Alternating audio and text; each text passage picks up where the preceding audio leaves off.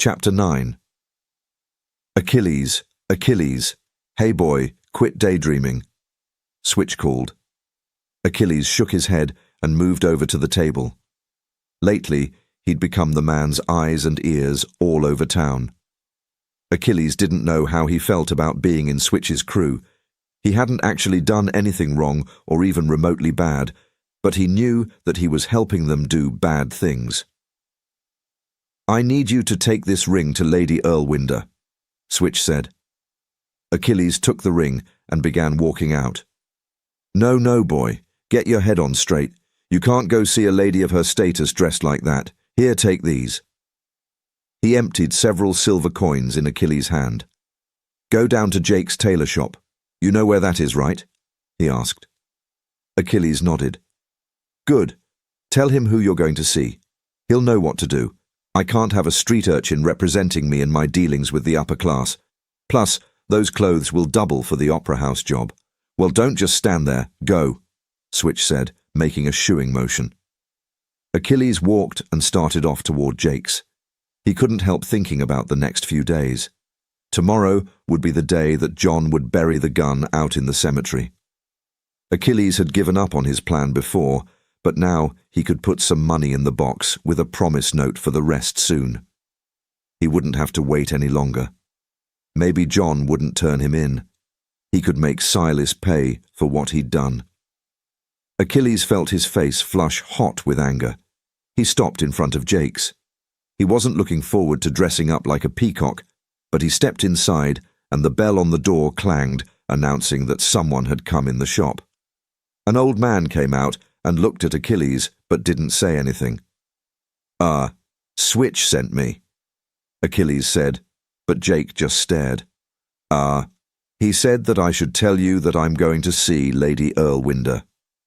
Jake folded his arms, but still said nothing. I got money. Achilles said, producing the coins. Jake huffed and walked over, snatching up the coins. Arms out, legs apart, he said as he pulled out his measuring tape. He moved over quickly and went and pulled several articles off his wall and began altering them. So, Achilles said awkwardly, trying to fill the silence, you ever shot a gun before? Jake stopped working, pulling his glasses off his face and setting them on his table next to the shirt he was altering. Look, you seem like a nice kid.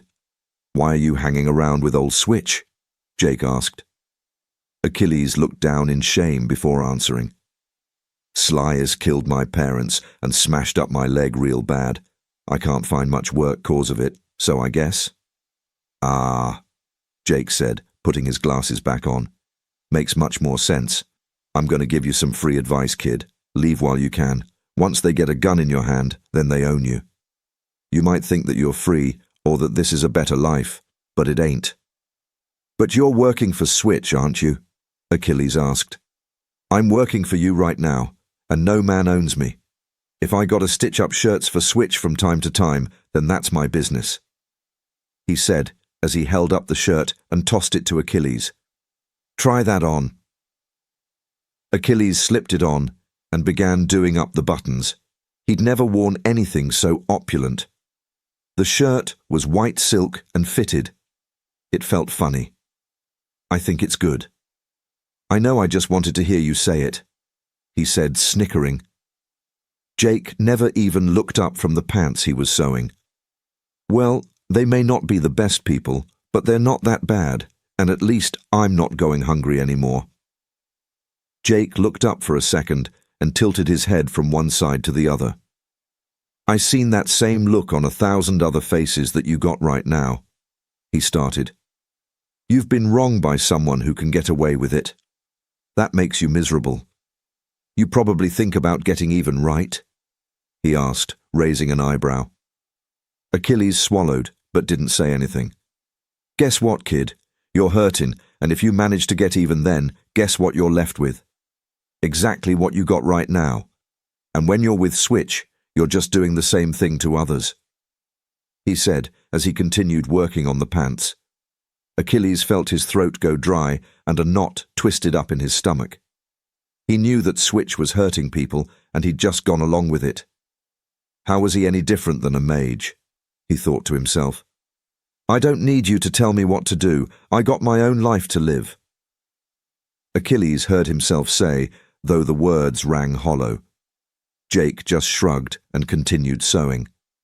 The two of them didn't say anything else until he was done sewing. After a brief fitting, Achilles left. He wandered through the streets for a while before he passed his old home. I wonder, Achilles thought to himself. Stepping inside, he saw the same messed-up house he'd left. Chauncey, he called out tentatively. No answer came, and Achilles set his things down. He had a much nicer room at the Crystal Palace, but for some reason he felt like staying here for the night. He made himself a spot to bed down for the night, and soon drifted off to sleep. He woke up some time later to find the place pitch black. A warm body was curled around his neck, and he reached up and scratched Chauncey behind his neck. The monkey cooed, and Achilles smiled. I'm sorry, boy, he said, his voice catching in his throat. I'm sorry that I lost my way, but tomorrow things will be different. And the day after that, we'll never have to worry about Silas ever again. The following morning, Clint woke up to the smell of something wonderful. As soon as he stirred in bed, Ramza was there with a bowl of stew. You hungry? I made you my best stuff. Please don't be mad. I'm so sorry. If I would have known that you were hurt, I wouldn't have. Oh, can I fluff your pillow? Ramza said in a single running sentence without taking a breath. Ramza, Clint said. You're fine. I should have taken better care of myself, he said, wincing in pain as he sat up. Ramza helped him up, and together they walked outside and sat in camp. Hey, speak of the dead, Tristan said, smiling. Yay, I can't believe that you guys let me sleep in. That was mighty kind of you, Clint said, taking a sip of soup. Yay, Ramza was up half the night fretting till I forced him off to bed, but then I think he just started cooking and waiting for you to wake up, Tristan said. Ramza, you big lug, Clint said. I owe you one. What? Ramza said. But I'm the reason that you're hurt. Ah, but anyone who frets over me that much has put me in their debt. I think you owe all of us, Artemis said, stepping into the camp. She was holding 2 rabbits with her rifle slung over her shoulder. Clint smiled.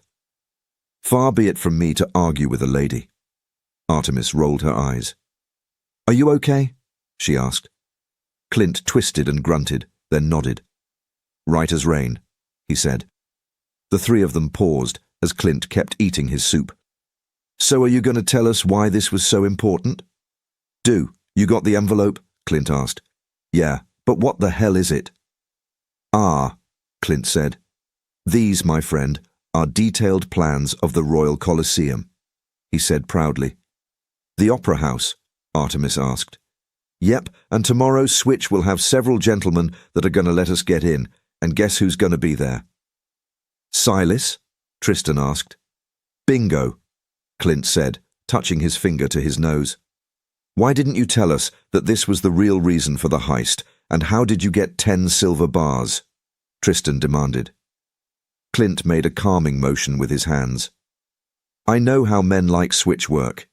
He thought there were 30 bars of silver on the train. I knew that he would want them all. So when I discovered a few extra, I dropped them off here and then buried the rest in 2 spots so they'd think they got it all.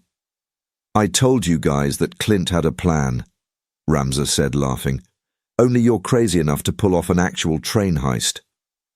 But why did we need to go through all of that? Artemis asked, folding her arms. Because, Clint started. Switch wants Silas dead as much as we do, and if we're going to pull this off, then we need help. Silas is powerful and has lots of friends. This isn't some one-horse town where we can stroll in and blast him. This needs to be planned if we're going to pull this off. So you think that we can pull this off tomorrow night? Tristan asked incredulously. We can, if we get this down. Look, we don't have to do this, but this is going to be our best shot at taking him out and not getting any of us killed. Clint stated solemnly. Then we can shatter that gem, Ramza said, smashing his fist into his other hand. We're in on everything this time, and I mean everything, Tristan stated.